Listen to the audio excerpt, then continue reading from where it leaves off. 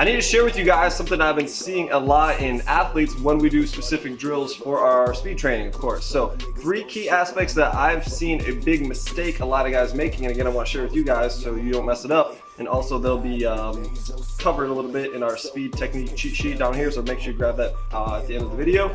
But 3 things that are severely underrated for your speed training to make you faster, and things that aren't really talked about, okay? And those 3 things are your rhythm, your timing, and your coordination, okay? And we're gonna cover each of these 3 pieces individually. The importance of rhythm when you're sprinting is the fact that you can be relaxed, number 1, so you're relaxed, you're not super tight, because again, if you're overly tight or trying too hard to sprint, you're going to slow down, okay? So rhythm is very important, that you can sequence your movement back to back repeatedly, because that's all sprinting is. It's a synchronization, it's like a dance, back and forth of limbs doing equal and opposite action. That's all that's really happening, okay? So rhythm is super important, and what we'll notice is that a lot of times when athletes are doing their speed drills, like either in a warm-ups or we're doing some sort of type of prep drills, what you'll see is that they will start getting very tense, okay? So their shoulders will rise up, and then they'll also start doing really weird things with their mechanics, like they'll be going super fast with their arms, and then they'll just take short choppy steps, whatever that may be,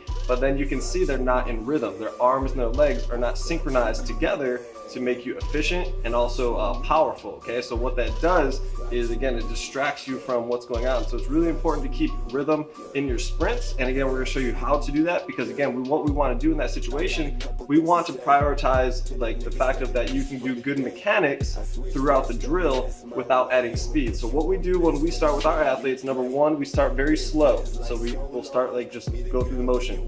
And then from there, we will build up or add speed on top of that once you have the rhythm down, okay? So because it doesn't help you at all to do a drill super fast and start shaking, it looks like you're about to have a seizure.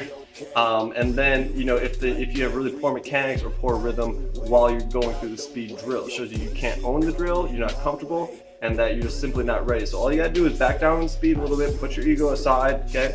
Do it right, build up from there versus having to come back later and redo it, because you're gonna have to do it anyway, so it doesn't really matter. So take the time to get the rhythm of the drill, and then also synchronize your limbs, your arms, your legs, your posture, all that stuff while you guys are knocking those drills out. So you know what we mean by rhythm real quick. So I'll share a drill with you that we do. It's called just like a rapid response step over drill. So all we simply do is pretend there's a white line going right down here. So all we're doing is stepping over the line and stepping back. So that's it, step over, step back. So now, just so you guys know, I'm gonna show you a good one real quick where you're just simple, slower, relaxed, you're in sync and everything's moving together, versus what we see a lot of times with the athletes. So it's a good one.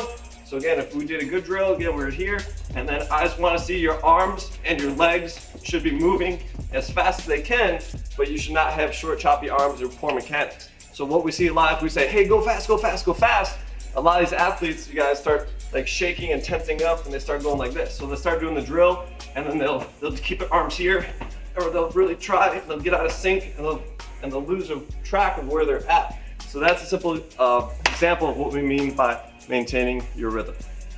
Coordination when it comes to your speed training, again, the coordination, the rhythm, the timing, all those things are linked together. So they're always working together in some way, shape, or form. They're all kind of revolving around the same thing. But coordination is simply this, okay? Can you synchronize your movements, your arm and your leg action around having a really good posture, of course? Can you synchronize your arm and leg action while staying in rhythm and also maintaining your timing in that fact? So a lot of times we will see athletes, they'll either be doing their, when they're marching, they'll either go same arm, same leg. So they'll be doing warm-up drills and they'll be doing same arm, same leg.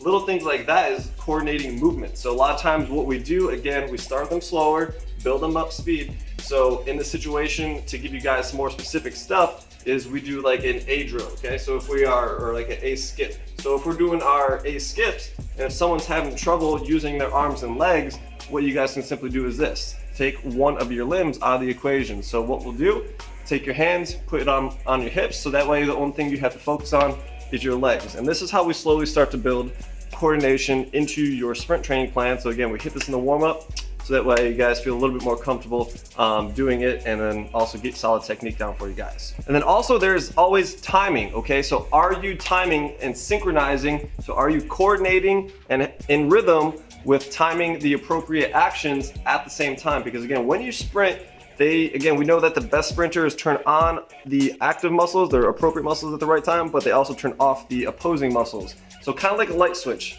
If you really went like techno crazy and try to make a light switch go rapidly, that's basically what your muscles are doing. They're going on and off, okay? So that's where the timing comes into play. So as an example, so when you're sprinting or if you're doing a march or anything like that, your opposite limb, obviously these two limbs are basically synchronized at the same time. They're both sliding forward.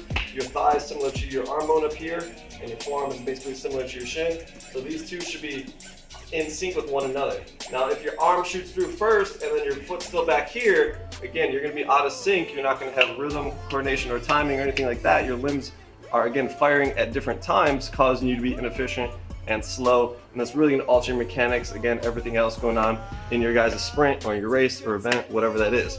So again, timing is again another one of those super underrated skills. they all work together at the same time, but it's important to train that, and you guys can mainly do that in your warm-up, again, starting in a slow, small, controlled environment, limiting your leg movements. And so again, one of the favorite drills we like to do is just like a stationary pogo hop, so like a stationary like A-skip basically. So you guys get bouncing on one limb, and then when you guys are already comfortable, you simply fire your arm and your leg at the same time. Just do one quick switch, or again, if you guys do a wall series, anything like that will start to coordinate your timing. Again, starting with a few limbs to start. If you need to, just start with your leg action or just start with your arm action. It doesn't really matter. We can break it down piece by piece and build you up into a better, faster athlete, okay? All right, so for you guys' timing, we are just gonna again cover a drill real quick. We just wanna again see arms and legs synchronized, working together in the most efficient manner. So again, it's not about doing more in your drills. It's simply about doing what you're doing, but doing it better, okay? And executing to a higher level. Do the basics super well, all right? So what we mean is, like, as an example, if we do individual A skips or individual A march, whatever it is. So let's say I'm starting up here, and I got a nice good thigh, and all I want to do is synchronize this 1-2 action as crisply and smoothly as I can. So I would take my time between every rep, and I'd hit it super aggressive, so I'd just be here, and I would just work on the timing of my limb. So I'd be like 1-2, and I'd stop, reset if I have to. Again, just 1-2. If it feels short or if it feels out of sync, that's your time just to pay attention to what's going on in your body and synchronize the movement a little bit better for you guys. So that's just simply what we mean by working on your timing. Obviously, these should happen at the same time. So again, just being super aggressive with your arm and leg action. So that's a simple skill for you guys to develop and do your warm-ups properly. That rhythm, that coordination, that timing, stuff that we've been aware of lately and we want to share with you guys, of course. And we also, again, put together a speed training cheat sheet for you guys, so it's around this video somewhere. Go ahead, click that, download that. I will send it to you personally so you guys can work on your technique, okay? So make sure you hit that subscribe, hit that like button. Appreciate you guys. Catch you next time.